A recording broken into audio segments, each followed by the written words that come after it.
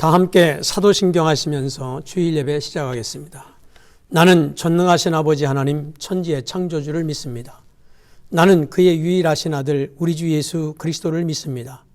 그는 성령으로 잉태되어 동정녀 마리아에게서 나시고 본디오 빌라도에게 고난을 받아 십자가에 못 박혀 죽으시고 장사된 지 사흘 만에 죽은 자 가운데에서 다시 살아나셨으며 하늘에 오르시어 전능하신 아버지 하나님 우편에 앉아 계시다가 거기로부터 살아있는 자와 죽은 자를 심판하러 오십니다. 나는 성령을 믿으며 거룩한 공교회와 성도의 교제와 죄를 용서받는 것과 몸의 부활과 영생을 믿습니다. 아멘. 찬송가 412장 찬송 함께 하시겠습니다.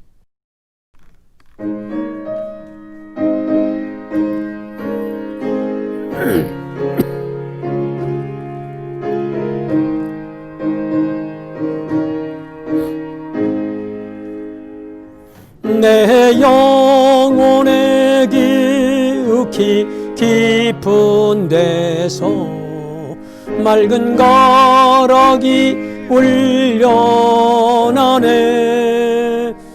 하늘 곡조가 언제나 흘러나와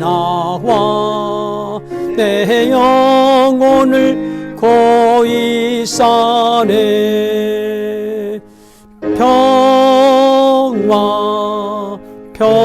평화로다 하늘 위에서 내려오네. 그 사랑의 물결이 영원토록 내 영혼을 덮으소서. 내 마음속에 솟아나 이 평화는 깊이 묻힌 보배로다. 나의 보화를 캐내어 가져갈 자 그 누구나 안심이세.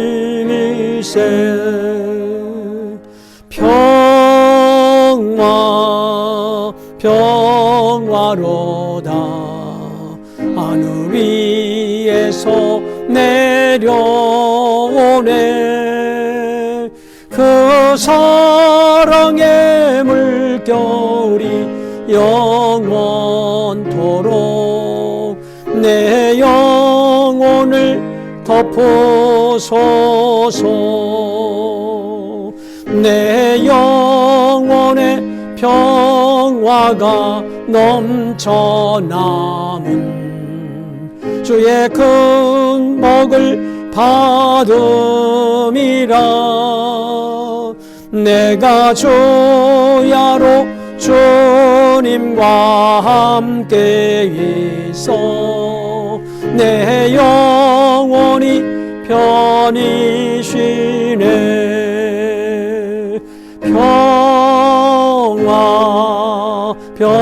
평화로다 하늘 위에서 내려오네. 그 사랑의 물결이 영원토록 내 영혼을 덮으소서. 이 땅 위에 험한 길 가는 동안 참된 평화가 어디 있나. 우리 모두 다 예수를 친구 삼아 내 평안을 누리겠네.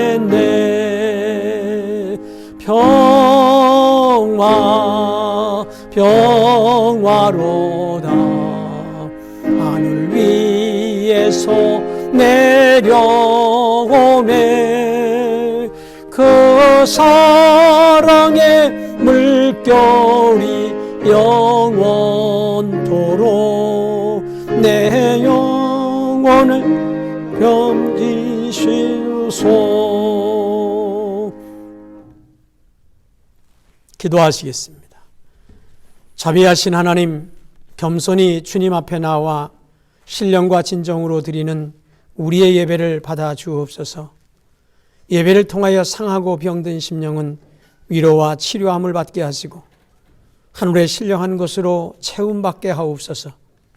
이 세상의 그 어떤 것도 우리를 도울 수 없음을 깨닫게 하시고 오직 주님만을 바라보게 하옵소서. 길 잃은 양처럼 살아왔던 지난 날을 회개하오니 용서하여 주옵시고 그리스도 안에서 새로운 피조물로 살아가게 하옵소서. 이 시간 성령의 능력으로 우리를 권면하시사 새롭게 변화되게 하옵소서. 말씀 가운데 함께 하셔서 말씀이 내 안에 능력이 되게 하옵소서. 특별히 이 시간 온라인 예배를 드리며 예물을 드리는 그 손길들을 위해 하나님 하늘의 것과 땅의 것으로 채우시고 갚으시며 이 땅에 사는 동안 하나님 풍성한 은혜로 채워주시옵소서. 귀한 물질이 쓰여지는 곳에 주의 영광 나타나게 하시고 몸된 교회 든든히 세워져가는 귀한 도구로 쓰여지게 하옵소서. 예배를 돕는 모든 손길들 위에도 같은 은혜를 내려주시옵소서. 주님의 이름으로 축복하며 기도드리옵나이다. 아멘. 할렐루야. 온라인 예배를 드리시는 성도님들을 환영하고 축복합니다. 지난주부터 유튜브 교회 채널을 통해서 온라인 예배를 진행합니다. 영상은 2부 예배, 11시 예배에 맞추어서 업로드할 수 있습니다. 여러 가지 어려운 상황으로 주일 예배를 드리지 못하시는 분들은 온라인으로 예배 드리시기를 바랍니다. 또한 예배를 참석하지 못해서 온라인 예배를 드리는 그러한 분들은 영상에 나가는 교회 계좌로 온라인 헌금하시기를 바랍니다. 새벽 기도회는 6일 화요일부터 시작이 되겠습니다. 어려운 때일수록 우리의 믿음과 신앙을 지키기 위해서 함께 기도하고 예배하는 그러한 성도님들이 되시기를 주님의 이름으로 부탁을 드립니다. 오늘 주시는 말씀을 봉독하겠습니다. 마태복음 13장 24절로 30절의 말씀입니다. 예수께서 그들 앞에 또 비유를 들어 이르시되 천국은 좋은 씨를 제밭에 뿌린 사람과 같으니 사람들이 잘 때에 그 원수가 와서 곡식 가운데 가라지를 덧뿌리고 갔더니 싹이 나고 결실할 때에 가라지도 보이거늘 집주인이 종들이 와서 말하되 주여 밭에 좋은 씨를 뿌리지 아니하였나이까? 그런데 가라지가 어디서 생겼나이까? 주인이 이르되 원수가 이렇게 하였구나. 종들이 말하되 그러면 우리가 가서 이것을 뽑기를 원하시나이까? 주인이 이르되 가만두라. 가라지를 뽑다가 곡식까지 뽑을까 염려하노라. 둘 다 추수 때까지 함께 자라게 두라. 추수 때가 내가 추수꾼들에게 말하기를 가라지는 먼저 거두어 불사르게 단으로 묶고 곡식은 모아 내 곡간에 넣으리라 하리라. 아멘. 주님의 은혜가 여러분과 CBS 방송을 청취하시는 모든 분들과 함께 하시기를 주님의 이름으로 축원합니다. 추석 연휴 즐겁게 보내시고 재충전의 시간이 되셨습니까? 저는 지난 추석 연휴에 들녘을 지나다 보니까 농부가 부지런히 벼를 베느라 한창이었습니다.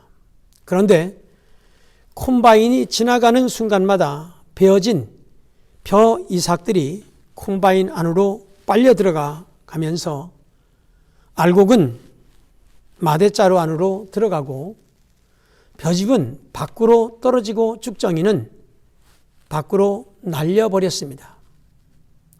그 모습을 바라보면서 오늘 마태복음 13장 24절로 30절 말씀이 떠올라서 오늘 본문으로 보게 되었습니다. 가라지 비유로 불리는 이 본문이 보여주고자 하는 것은 그리스도의 초림으로 말미암아 도래한 그 천국의 성장 단계인 모습인데 아직도 완성되지 않은 그 현재적 천국의 참신자와 거짓 신자가 함께 섞여 있을 수밖에 없는 그런 상황과 또 완성될 천국에서의 참신자와 거짓 신자의 영원한 그 분리에 대해서 보여주고 있는 것입니다. 사랑하는 성도 여러분, 지금 살아가고 있는 내 인생은 알곡의 인생으로 살아가고 있습니까? 아니면 쭉정이의 인생을 살고 있지는 않습니까? 나의 신앙은 알곡입니까? 아니면 쭉정이입니까? 혹은 가라지입니까? 참인지 가짜인지를 엄히 선별할 날, 그날이 멀지 않은 어느 날 불현듯이 우리들에게 닥칠 것이기 때문입니다. 농부는 씨앗을 뿌리면서 풍년을 기대합니다. 그러나 풍년을 맞이하려고 한다면 여러 가지 조건들이 맞아야 하는 것입니다. 그 첫째는 땅이 좋아야 합니다. 그래서 농부들은 옥토를 만들기 위해서 땅을 갈아엎고 퇴비를 뿌려서 옥토가 되게 합니다. 두 번째는 좋은 종자를 파종해야 하는 것입니다. 밭이 아무리 옥토라고 할지라도 종자가 좋지 않으면 좋은 결실을 기대할 수가 없기 때문입니다. 그렇기 때문에 끊임없이 좋은 품종을 개량하려고 연구하고 노력을 기울이는 것입니다. 그리고 세 번째는 아무리 좋은 옥토에 우수한 종자를 파종했다고 할지라도 기후 조건이 맞지 않으면 안 되는 것입니다. 그런데 이 기후 조건은 사람이 할 수 있는 것이 아니라 하나님만이 하시는 것입니다. 오늘 본문 말씀 바로 전에 1절로 23절 말씀에서 예수님께서는 씨 뿌리는 비유로 우리에게 천국 복음에 대해서 가르쳐 주시고 계십니다. 많은 성경학자들은 예수님의 비유 중에서 가장 중요한 비유의 말씀이 마태복음 13장에 씨 뿌리는 비유라고 그렇게 말합니다. 씨 뿌리는 비유를 통해서 천국의 오묘한 진리를 우리에게 가르쳐주고 계시기 때문입니다. 어느 날 많은 무리가 모인 바닷가에서 예수님께서 배에 올라 앉으시고 모인 무리를 향해서 씨 뿌리는 비유를 설명하시면서 농부가 씨를 뿌릴 때에 네 가지 현상이 나타난다고 하셨습니다. 더러는 길가에 뿌려지고, 더러는 돌짝밭에, 더러는 가시덤불에, 더러는 옥토에 떨어진다고 말씀하신 후에 10절부터는 그에 대한 해석을 아주 친절하게 해 주셨습니다. 씨앗은 곧 복음입니다. 예수님 당시에는 예수님께서 직접 씨를 뿌리셨지만 오늘날에는 주의 종들이 강단에서 말씀을 선포하며 씨를 뿌리고 있습니다. 이 말씀, 복음을 통해서 하나님 나라의 주권과 통치를 받아들임으로 인해서 하나님 나라, 즉 천국이 사람들 사이에서 존재하고 역사함을 의미하는 것입니다. 복음은 생명입니다. 축복이 있고 능력과 기사가 있고 승리가 바로 그 말씀 속에 들어 있습니다. 이 좋은 씨앗에다가 환경 또한 100%의 결실을 맺도록 성령께서 은혜와 갖가지의 은사를 우리들에게 주십니다. 앞서 세 가지의 조건 중에 두 가지는 하나님께서 채워주시는데 문제는 나머지 하나, 밭입니다. 이 밭은 우리의 심령인 마음의 밭을 말합니다. 이 마음의 밭에다 씨를 뿌렸는데 바로 네 가지 종류의 밭이 있다고 주님은 우리에게 말씀하고 계십니다. 우리는 믿음 생활을 하면서 가시덤불과 뒤엉켜서 우리의 믿음이 제대로 자라지 못하면 그런 인생이 아니라 옥토의 마음밭이 되어서 하나님의 귀한 씨앗을 받아서 100배의 결실을 맺는 그러한 성도가 되시기를 주님의 이름으로 축원합니다. 오늘 본문 24절 이하의 말씀은 가라지와 곡식이 함께 자라고 있지만 추수 때에는 가라지와 그 곡식을 구분하신다고 하시는 말씀입니다. 밭 즉 세상에 알곡과 가라지가 함께 자란다고 하는 것은 바로 신자와 불신자가 함께 섞여서 살아가고 있다고 하는 것을 의미하지요. 또 알곡만 자라게 하기 위해서 가라지를 뽑을 수 없다고 하는 것은 바로 지금은 추수 때가 아닌 것처럼 아직은 심판의 때가 아님을 의미하는 말씀입니다. 다시 말해서 이 세상에서 불신자들 때문에 신자들이 피해를 당하는 그런 어려움을 당하고 있는다 할지라도 아직은 용서하고 인내하며 주님의 재림을 기다려야 할 때임을 우리에게 가르쳐주고 있는 동시에 심판은 주님의 주권에 달려 있다고 하는 사실을 교훈해주고 있는 말씀입니다. 지상의 교회 안에 곡식과 가라지가 함께 자라고 있다고 하는 의미죠. 여기서 밭은 세상 곧 교회를 말하고 좋은 씨를 뿌리시는 분은 주님이시며 가라지를 심는 원수는 마귀를 말합니다. 추수 때는 세상 끝날, 즉 개인적으로는 개인적인 종말, 죽음을 말씀하는 것이고 추수꾼은 천사를 말하는 것입니다. 알곡은 천국의 자녀들이고 쭉정이는 악마의 자녀인 마귀의 소유물들입니다. 바로 천국과 지옥이 나오는 것입니다. 여러분 각자가 농부라고 한번 생각해 보십시오. 씨앗을 뿌리고 김을 메고 소독을 하고 거름을 주면서 얼마나 많은 땀을 흘리며 수고를 합니까? 이렇게 농사를 지었다고 한다면 당연히 풍성한 알곡을 많이 거두어야지 쭉정이를 거두고 싶겠습니까? 그러므로 우리도 농부이신 그 하나님 앞에서 마땅히 알곡이 되어야지 쭉정이가 되어서는 안 되는 것입니다. 본문에서 말하는 쭉정이, 즉 가라지는 팔레스타인 지방의 많은 잡초로 우리나라에서는 돌피와 같은 그런 잡초를 말하는 것입니다. 자랄 때에는 보리와 밀이 자라는 것과 비슷하지만 추수기가 되면 확연히 다르고 열매를 먹을 수가 없는 독초라는 것입니다. 저는 가난한 농부의 아들로 태어나서 초등학교 때부터 학교만 갔다 오면 고추밭이며 고구마밭이며 담배밭이며 가수원 김매기를 매일 일과처럼 너무나 많이 했습니다. 군복무를 마치고 신학교를 다닐 때까지도 틈만 나면 집안일을 도왔습니다. 한 번은 조밭을 매다가 부모님에게 야단을 맞은 적이 있습니다. 조와 발행이라고 하는 잡초는 어린 싹일 때에는 구분하기가 쉽지 않습니다. 참 잡초인지 발행이를 뽑아야 하는데 곡식인 조를 다 뽑은 것입니다.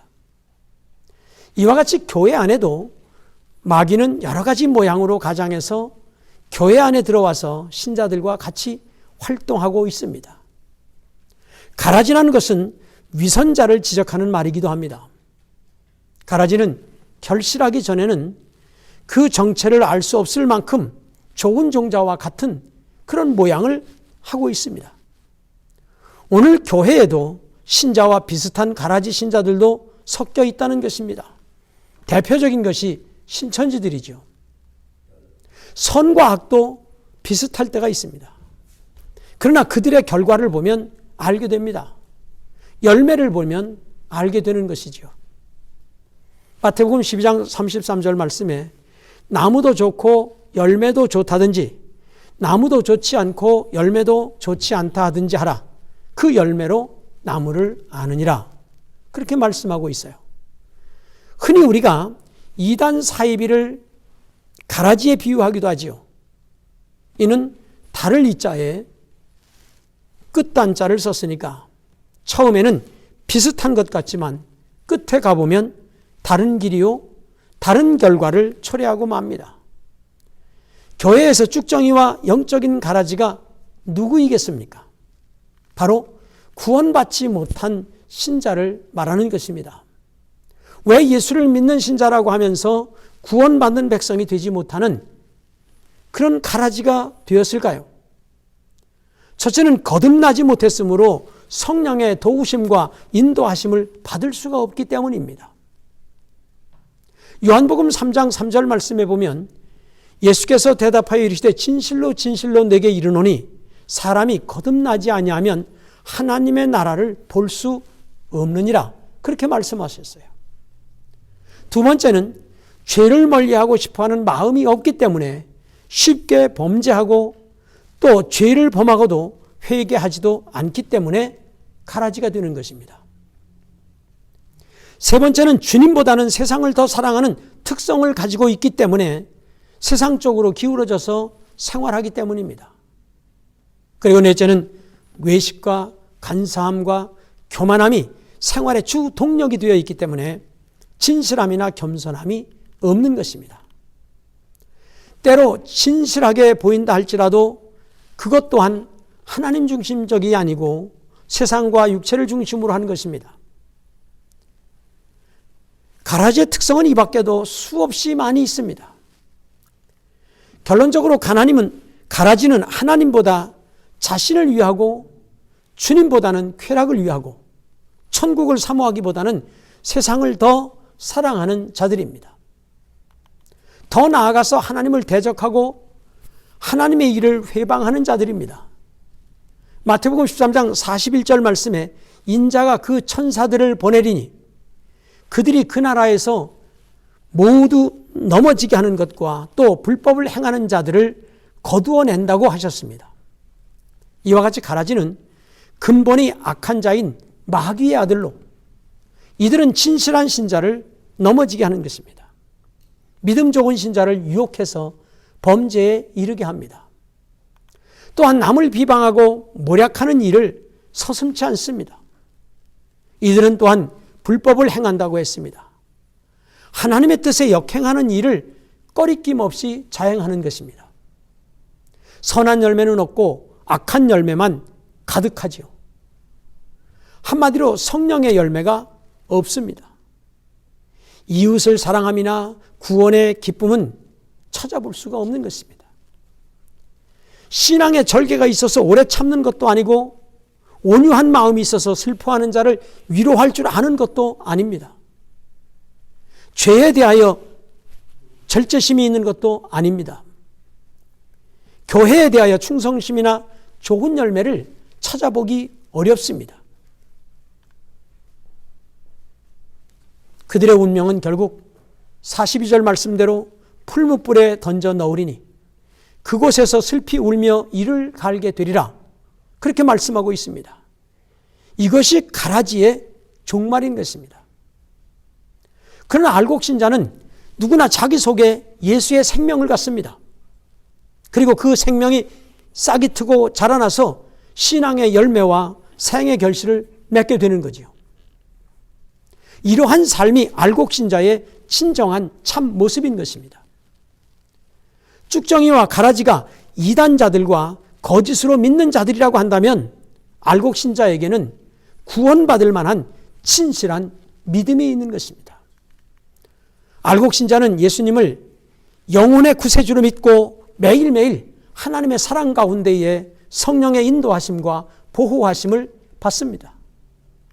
비록 부족함이 있고 실수가 있다고 할지라도 예수 그리스도의 보혈의 능력이 임해서 모든 것을 감싸 주십니다. 바로 이런 사람들에게는 신앙의 기쁨이 있고 감사가 넘치게 되는 것입니다. 여호와로 인한 만족이 있고 구원받았다고 하는 확신을 가지고 살아가지요. 그러나 날마다 천성을 향해서 부단히 전진하는 삶을 살아갈 수 있습니다. 죄 많은 이 세상은 결코 영원한 내 집이 아님을 고백하죠. 주님께서 함께하지 않는 삶은 아무 소용이 없다고 믿기 때문입니다. 그러니까 알곡이 되지 못하면 그것은 곧 신앙의 파멸을 가져오게 되는 것입니다. 본문 26절 말씀에 싹이 나고 결실할 때에 가라지도 보이거늘 이라고 하는 말씀처럼 알곡은 반드시 싹을 틔우고 열매를 맺어 결실한다고 하는 사실입니다. 비록 옛생활의 죄악의 타성에 젖어 있던 육체의 사람은 죽고 예수 그리스도의 십자가의 죽음심과 부활하신 그리스도와 함께 영생의 새싹이 돋아나서 그것이 자라고 결실해서 하나님께는 영광을 돌리면서 살아가게 되는 것입니다. 성령에 이끌려서 알곡의 삶을 사는 사람들은 갈라디아서 5장 22절 23절에서 말씀한 대로 오직 성령의 열매는 사랑과 희락과 화평과 오래 참음과 자비와 양선과 충성과 온유와 절제니 이와 같은 것을 금할 법이 없느니라고 하는 말씀처럼 성령의 9가지 열매를 맺어서 그들의 아름다운 모습들이 하나님께는 영광이 되고 하나님의 배려와 보호를 받게 되는 것입니다. 그래서 추수 때까지 혹시라도 가라지로 인해서 곡식들이 해를 당하지 않을까 염려해서 시편 92편 10절로 11절 말씀대로 화가 내게 미치지 못하며 재앙이 내 장막에 가까이 오지 못하리니 그가 너를 위하여 그의 천사들을 명령하사 내 모든 길에서 너를 지키게 하심이라. 이와 같이 화나 재앙이 장막에 미치지 못하도록 천군 천사를 동원하여 지켜주신다고 하는 사실입니다. 또한 마태복음 13장 43절 말씀대로 그때의 의인들은 자기 아버지 나라에서 해와 같이 빛나리라. 귀 있는 자는 들으라. 이 말씀대로 저 천국에서 영원토록 빛을 발하는 영광스러운 그 최상의 보상이 약속되어져 있다는 사실입니다. 베드로후서 3장 9절 말씀을 보세요. 주의 약속은 어떤 이는 더디다고 생각하는 것 같이 더딘 것이 아니라 오직 주께서는 너희를 대하여 오래 참으사 아무도 멸망하지 않고 다 회개하기에 이르기를 원하시느니라. 이렇게 주님의 뜻은 가라지나 쭉정이와 같은 삶을 살아가는 인생이라 할지라도 그 누구도 멸망치 않고 모두가 다 회개해서 구원에 이르게 하기 위하여 기회를 주시고 기다리고 계시다고 하는 그런 사실입니다. 사랑하는 성도 여러분, 가라지나 쭉정이가 되어서는 결코 안 될 것입니다. 여러분 모두는 천국 곳간에 들어가는 알곡이 되시기를 바랍니다. 오늘 본문 말씀이 보여주는 교훈은 우리가 신앙생활을 하면서 다른 사람을 함부로 판단하거나 정죄하지 말아야 한다고 하는 것입니다. 비록 교회 안에 참된 신자와 거짓 신자가 공존하고 있기는 때문에 때로 권징이 필요하다고 할지라도 자칫 잘못하면 참된 신자를 실족해 할 수 있으므로 성도들은 다른 사람의 신앙과 영적인 상태를 판단하기보다는 하나님 앞에서 자신의 신앙과 영적인 상태를 성찰하는 그런 자세가 필요한 것입니다. 몇 년 전에 10년 전에 들어와서 교회를 회방하던 신천지라고 하는 가라지 하나를 뽑아내는데 무려 3년이나 걸렸습니다. 그 이유는 가라지를 뽑아내다 10년이나 그와 함께 했던 주위의 알곡이 흔들렸기에 뽑혀질까 염려했기 때문에 3년이나 걸려서 가라지만 뽑아낼 수 있었습니다.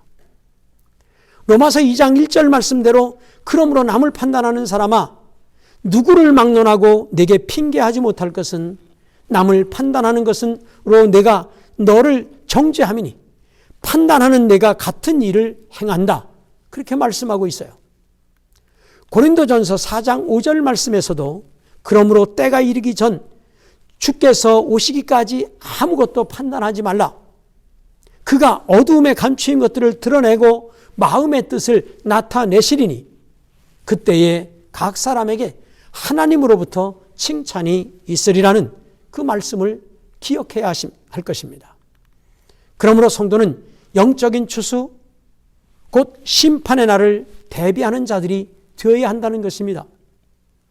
지금 우리의 눈에 보이는 세상이 결코 영원히 계속되지 않는다고 하는 사실, 하나님께서 정하신 때가 이르면 베드로후서 3장 10절 말씀대로 주의 날이 도적같이 오리니 그날에는 하늘이 큰 소리로 떠나고 물질이 뜨거운 불에 풀어지고 땅과 그 중에 있는 모든 일이 드러난다.